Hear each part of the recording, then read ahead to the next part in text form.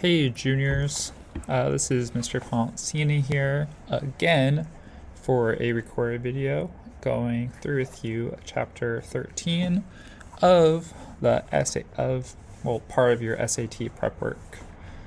So the focus for today's video is going to just be the grid-in section of your SAT math test. So let's go forward with it. So all of you have taken the practice SAT before, so you're familiar with how the grid-in system works, or at least you've been exposed to it. You only have, you can only enter in, I guess, four, I don't want to say variables, but like 4 characters into it. Characters is the right word. You can put in a decimal point, a number 0 through 9, or a fraction bar. Notice how they have fraction bars only in the middle section, only the 2 middle sections, and they only have zeros in the right 3 sections. So there is a system to the grid-in system, to the grid-ins, but I'm not saying it's like straightforward, but just don't overthink it and you'll be okay. There's just some guidelines just to keep in mind, but I think that even if you didn't know the guidelines, logically you could still get away with putting the right answers, and you'll still get credit for the answers that you did correctly.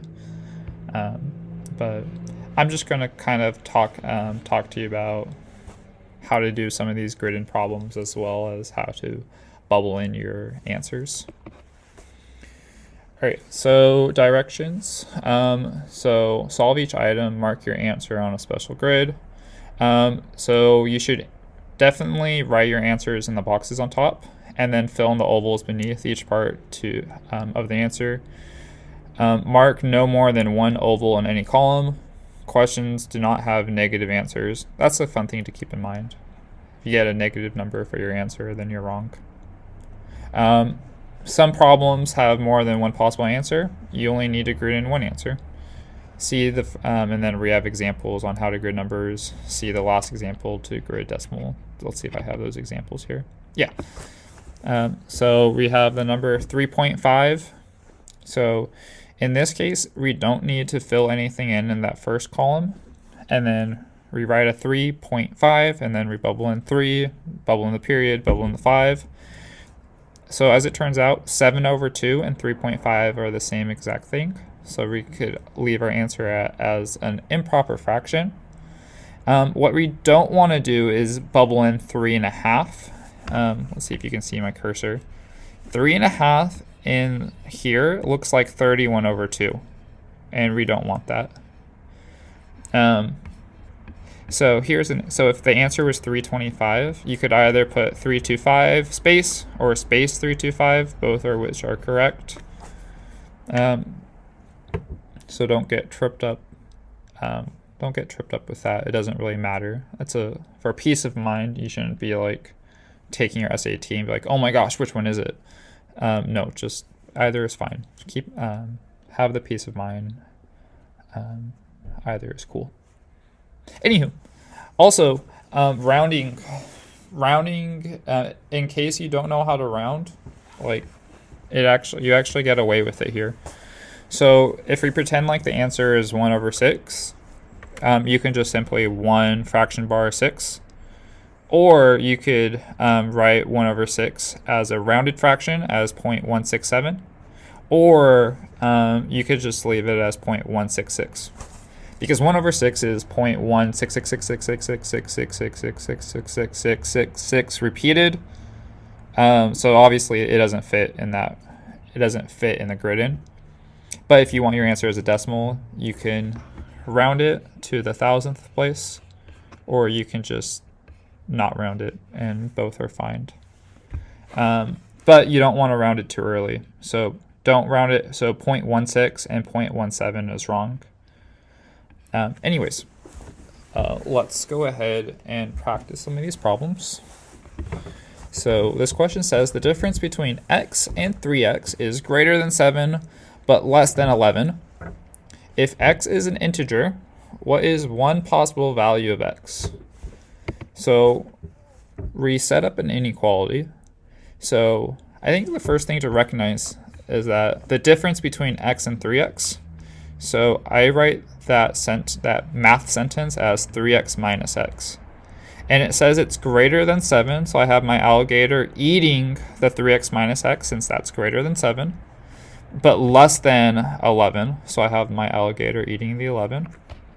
I simplify 3x minus x to 2x, and then divide both sides by 2. Now it says x is an integer between 3.5 and 5.5. So since it's an integer, there's only two numbers that x can be. It can only be 4 or 5. So either of those will be correct. I could write 4 to the so I could write 4, or I could write 5, and so forth. Hopefully that problem was straightforward. I think that a good practice is just to kind of see a couple of problems where you have to convert from word problems to math sentences.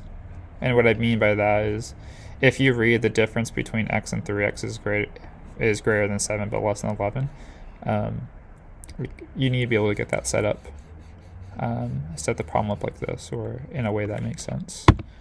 So that's what needs to be practiced.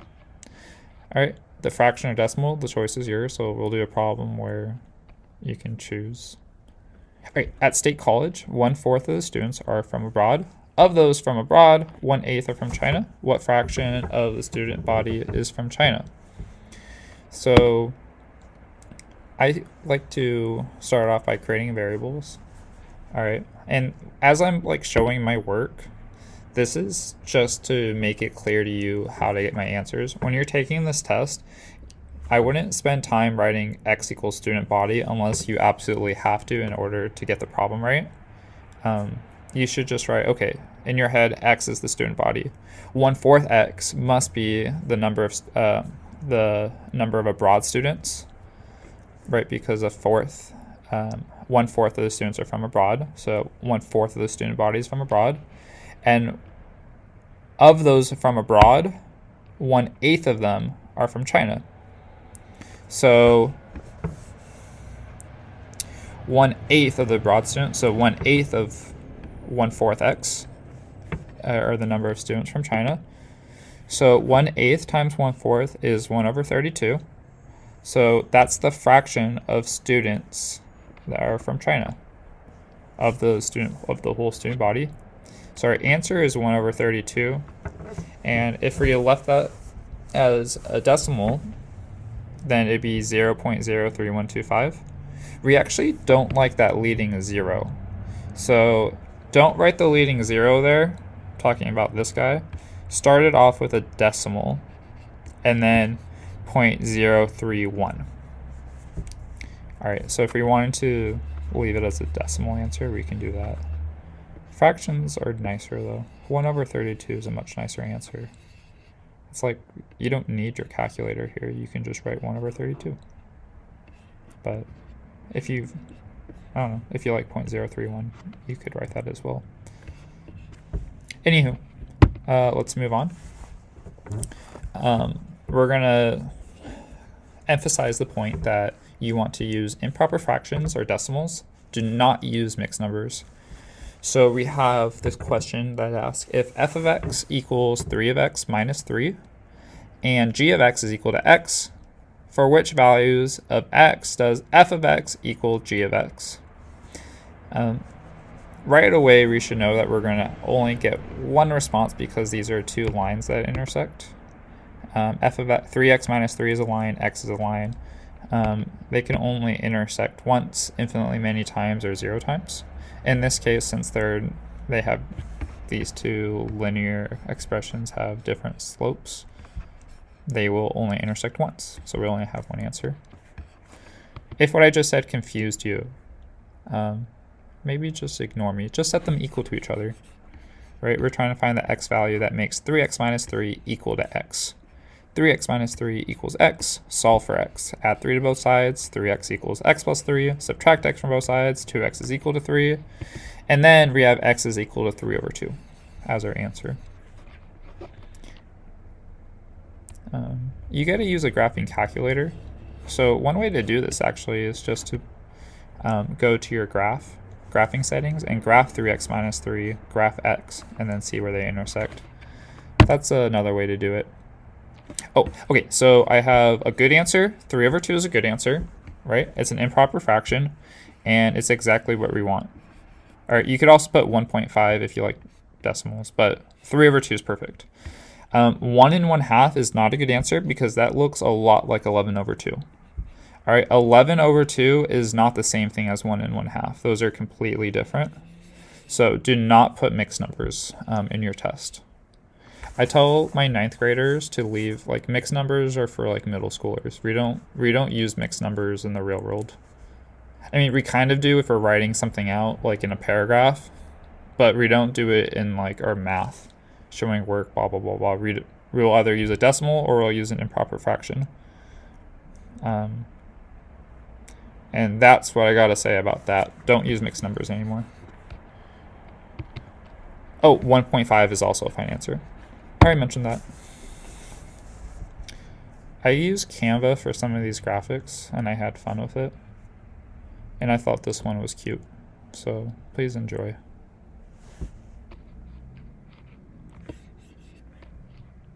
Okay, so what if the decimal doesn't fit?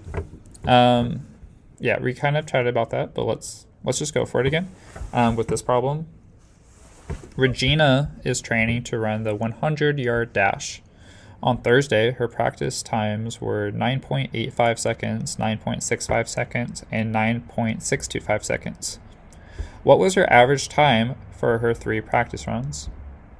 And then I guess as you're going through this video, feel free to press pause at any point and practice these videos and do these problems for yourself.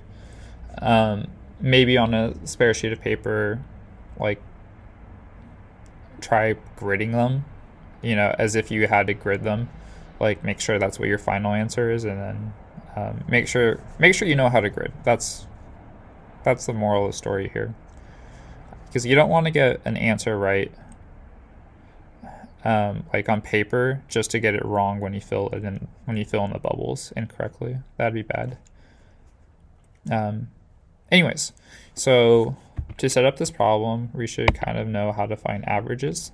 So the average of 3 items, like x1, x2, x3, you just add them together and then divide by the number of items, which in this case is 3. So x1 plus x2 plus x3 all over 3.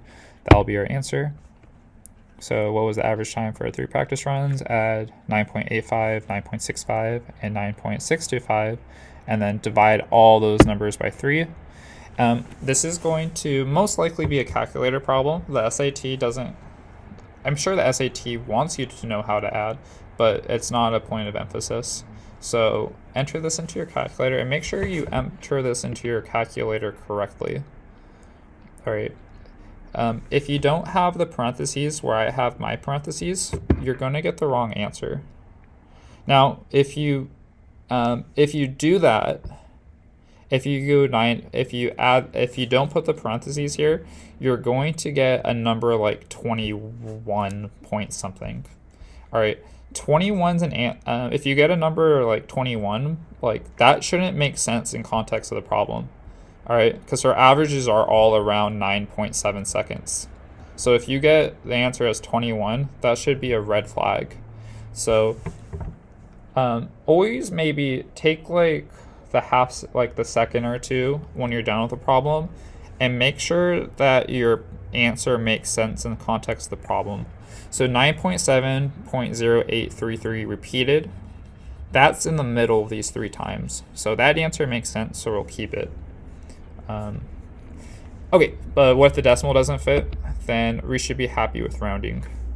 So we'll fill in 9, we'll fill in the decimal point, and then 7, and then we can choose if we want to round. If we want to round, the appropriate number to put here is 1. If we don't want to round and we just want to cut it off after the 0, then just write 9.70. Do not just write 9.7. Write 9.70. 9.7 would be wrong. So you could round to 0, but that 0 is important as a placeholder. So both of these answers are fine. So feel free to use either of those. Okay, the answer needs to fit in the grid in space, meaning that if you're going to enter in a fraction, you need to reduce the fraction or just make it a decimal and enter in the decimal. Okay, so let's see. So an hour-long class included 40 minutes of instructions. What fraction of the hour-long class was not instructional? So 40 over 60 represents the fraction of instructional time in class. We subtract that from 1 to get 20 over 60. It's the non-instructional time in class. So 40 and 20 make 60. So the complement of 40 over 60 is 20 over 60, if that makes sense. Like there's 60 minutes in an hour. 40 minutes were instructional, so that means 20 minutes were not instructional. So 20 out of 60. 20 out of 60 doesn't fit on the grid. So if you try to write that, then you're wrong.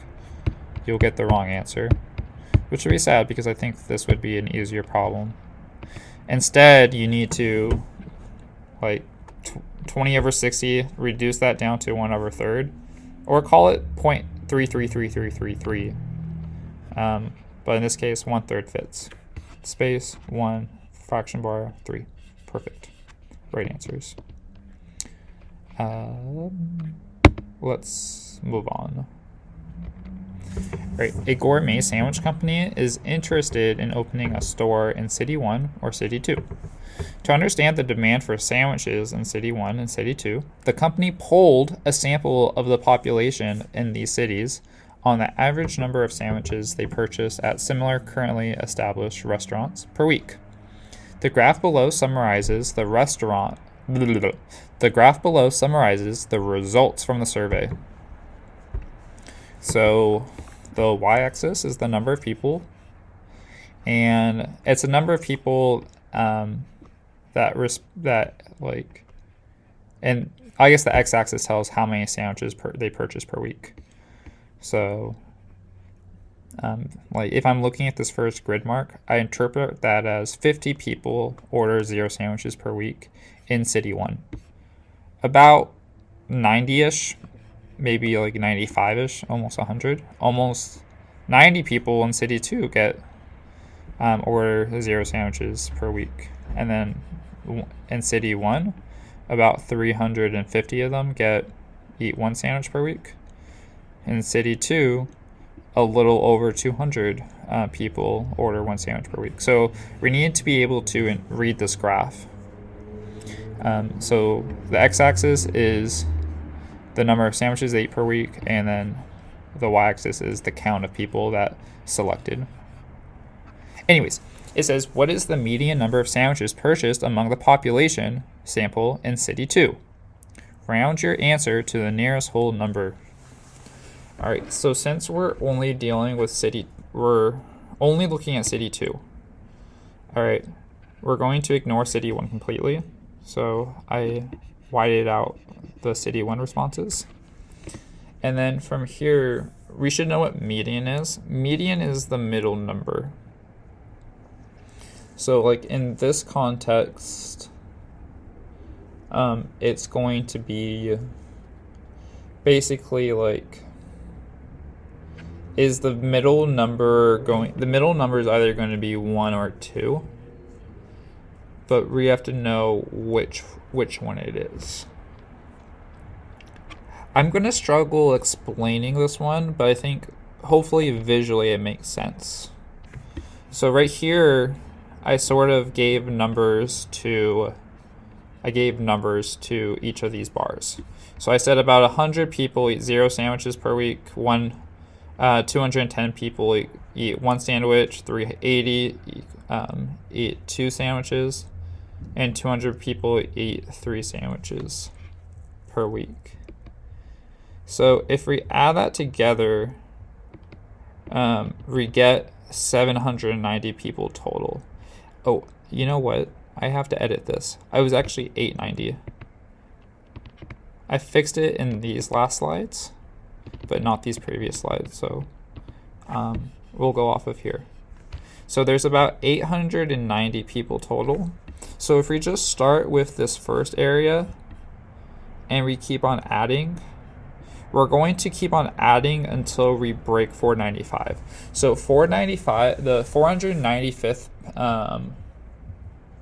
person per se, that is going to be the median number. Like if we took if we wrote out 0 100 times, and then we wrote out 1 210 times, and then we wrote out 2 380 times, and then we wrote out 3 200 times, we're going to have a long list of numbers. And then we're going to count to 495, and whatever number that is going to be our median. Now that's too much work. That would take the whole entire math section of time during the SAT. But conceptually, that's what we're doing. So 495 is half of 890. So we're just going to keep on adding these numbers up until we break 495. And then once we break 495, that's our answer. Like the number of sandwiches that breaks 495 will be our answer. So we take the first number. So 100 people, okay, 100 is not greater than 495, so we keep on going. So 100 plus 210 is 310. Okay, that doesn't break 495, so we keep on going. All right, 310 plus 380 is 690. That does break 495. So the median is going to be 2 sandwiches. And I think intuitively I think we could have guessed that too. Like the answer was either going to be 1 or 2 because those are in the middle. And 2 is big. But it can be complicated. Like if that doesn't always work, it's better to actually logically test it out through this way. And again, on the test, if you just logically think it out, like you don't have to show all this work. This is the best way I could imagine how to teach it. I'm spending a lot of time with this problem. But basically I wrote, since 690 passes the 495 mark, the median number of sandwiches purchased is 2. So that's the answer here is 2. Right. I hope that makes sense. I guess another way to look at it, like if we took all these bars and we stacked them on each other, and like each one of these was different colors, which one goes through the middle? Like 2 would go through the middle. Right, because 0 and 1 isn't like that's not half the population. 2 and 3 is half the population, and 2 goes through half the population. I don't know if that makes sense. I'm hoping you guys get what I mean, but I could only hope at this point. All right, let's talk about pacing. All right, this is just a reminder that so grading questions, that's the student produced responses. This is question 16 through 20. So you have 5 problems, and they suggest that you spend 2 minutes per problem on the grading sections. Now, I'm not entirely sure if all the problems that I've been going through, they feel easier, but maybe that's just because they're examples. So in the next video I post, I'll be going through some harder problems, and maybe that could help. Maybe that could help y'all. I mean, we'll go over it during our session on Saturday to see what exactly you guys need help with, and I'll try to answer those questions in the last video that comes out. But nonetheless, for pacing, you want to spend 2 minutes per problem for the grading sections, and then they suggest about like 60 seconds per multiple choice question, at least for the no calculator part. And then I still recommend about 60 seconds per problem for the calculator section for the multiple choice, and then just go back, and that way and then with all this extra time that you didn't spend on multiple choice questions, like on these questions, you can go back and check your answers. because this will give you, if you do 60 seconds per multiple choice question, it'll give you plenty of extra time at the end to go back and make sure the questions you can go back and correct some of your mistakes or figure out some problems that you just want to spend a little bit more time on, and so forth. But anywho, moral of the story, 2 minutes per free response question. Okay, let's talk about this next problem. It says a pharmaceutical company conducted a study on the effectiveness of a new drug that is intended to decrease the blood pressure of patients. The study included 3,000 randomly selected patients, each given either a new drug or a placebo. The table below summarizes the results from the study. All right, now this isn't totally important, but I feel like it could be helpful to know what a placebo is. A placebo is pretty much, when you give a patient a placebo, you're telling the patient that you're giving them a medicine or drug, but you're actually giving them a sugar pill or like a Tylenol or something that doesn't really do anything, something safe. And basically, for whatever medical reason, like doctors might do that to make your mind think that you're getting this drug. And basically, when your mind thinks that you take a medicine or drug, your body responds to it because it thinks that it's like a mind trick, and it works, but it doesn't work all the time. Anywho, so 3,000 people were given either a drug or placebo. 1,500 of them were given a drug, 1,500 were given a placebo, and we are going to see if their blood pressure decreased, didn't change, or increased. So, what percentage of patients given the placebo experienced either an increase or no change in blood pressure? So what's important to notice is that we're only looking at patients given the placebo. So percentage of patients given the placebo that experience either an increase or no change in blood pressure. So we're only looking at 994 and 404. So only looking at patients who are given the placebo, everything else is extra info. So yeah, we're only looking at this middle column right here. Okay. I think I have another typo. Yeah, right here. This is where I want. So 404 increase and 994 experience no change. Add 404 to 994 and you get 1,096. Oh, actually, I need to edit this. This is equal to 1398. As you can see, I did this problem wrong the first time, but don't tell anyone. Anywho, let's kind of just move on. This is 1398. Okay.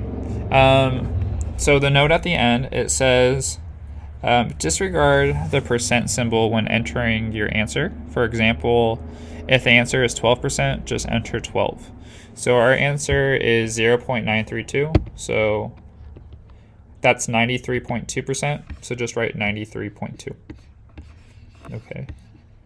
I'm going to try again too. Let's do this. Yeah, okay, cool. I got my large screen back.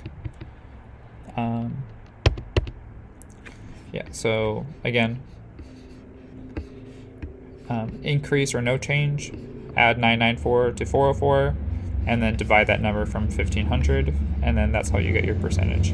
So it's the percentage of patients that had no change or an increase in blood pressure given that they had the placebo. All right, estimated time to clean.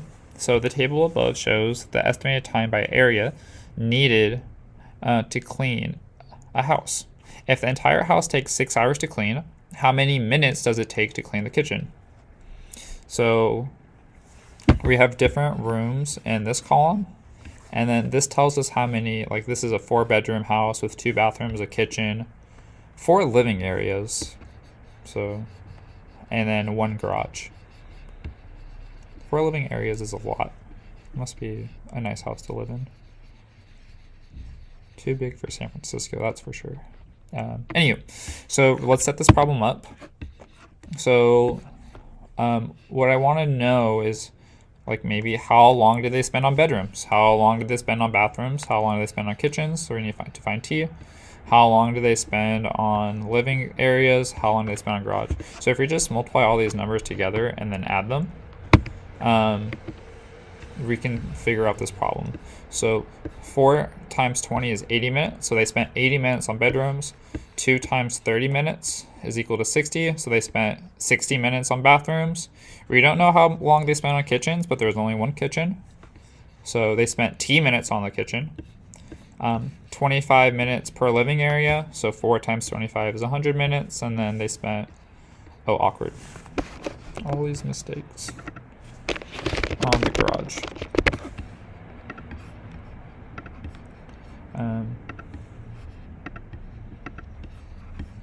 All right, we're back. All right, so when you add this all up, this should be equal to 6 hours. And then 6 hours is equal to 360, minutes. So 80 plus 60 plus 100 plus 75 is 315. 315 plus T is equal to 360. And then T is equal to 45. Okay. So 45 is the answer. So just grid in 45. All right. Hopefully that wasn't too bad. Anywho, we'll go ahead and move on to the next question. And as just a reminder, feel free to pause the video at any point or change the speed at which I talk. Sometimes I talk fast, sometimes I talk slow, but changing the speed when you watch study videos I find is helpful, because this video, at this point I'm not sure how long this video will be, but my last one was 1 hour and 16 minutes, and I felt like I talked slower in that one. So in the comments I put, maybe watch this at 1.25 speed. That doesn't hurt. That wouldn't, I don't think you lose anything by doing that. I think it's just more convenient, and you're more likely to watch the whole video, which can only help you. All right, I think this problem might be a little bit more complicated to set up. So we have Linda.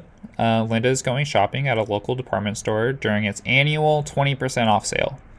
During the sale, every item in the store is 20% off. She has a coupon for an additional 15% off 1 item. Linda purchases 2 pairs of jeans that originally cost $74.65 per pair.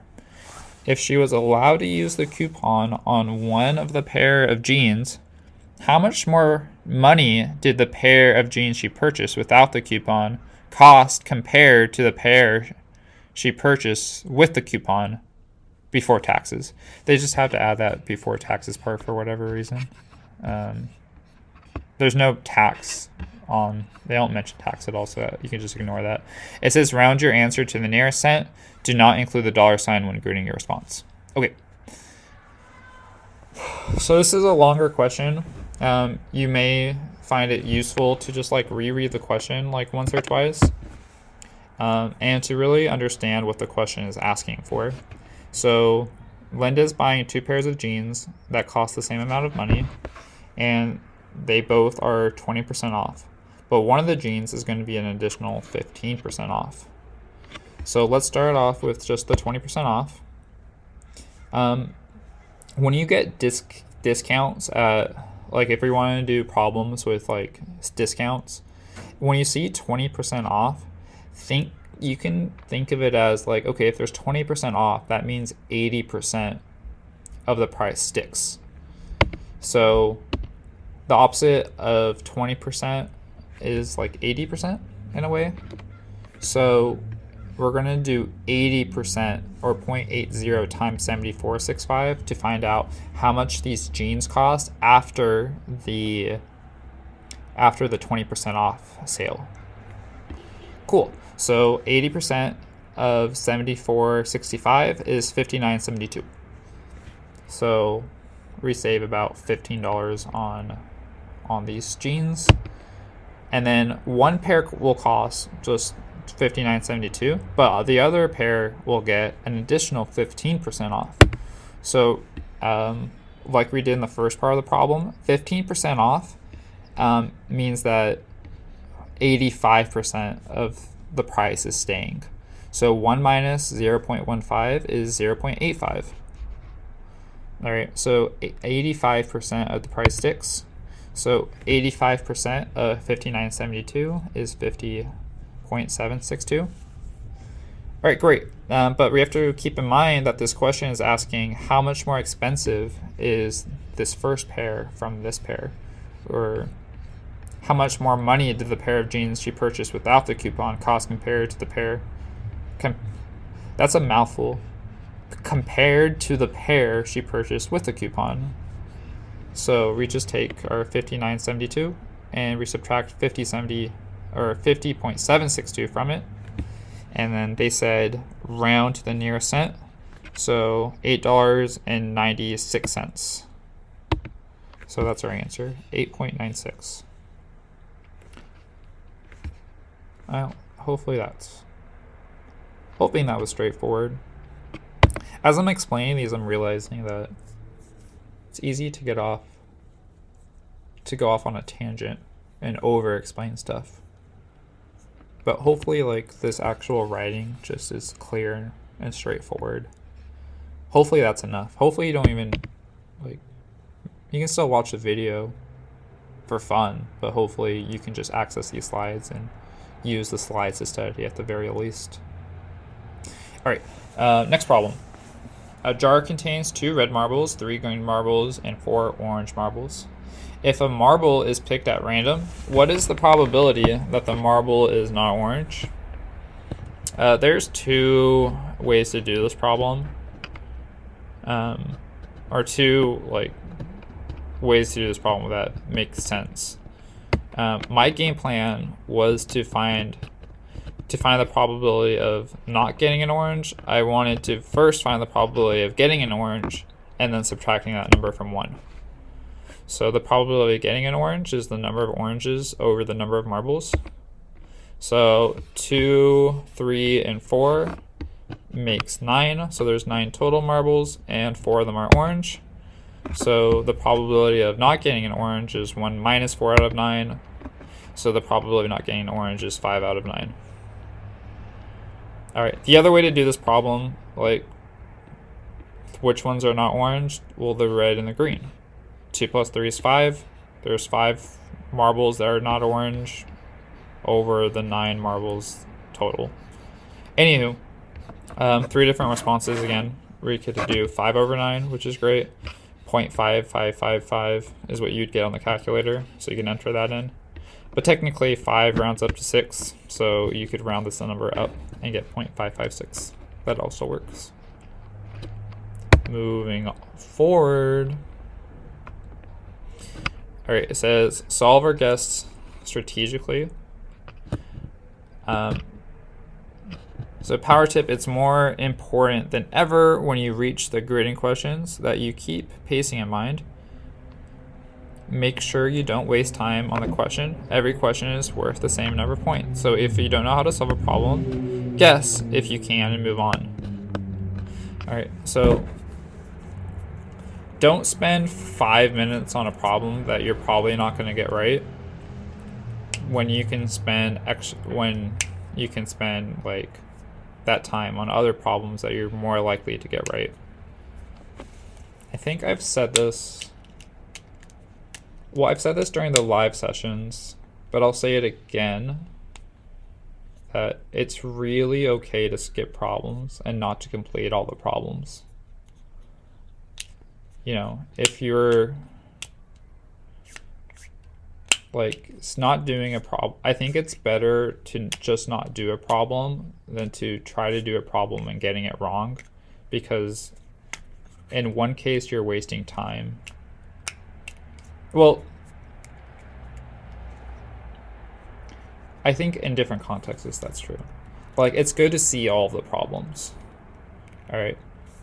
But a problem that you were gonna get right that you didn't get to, like, that's a bad problem to get wrong, because that means you spent too much time on other problems.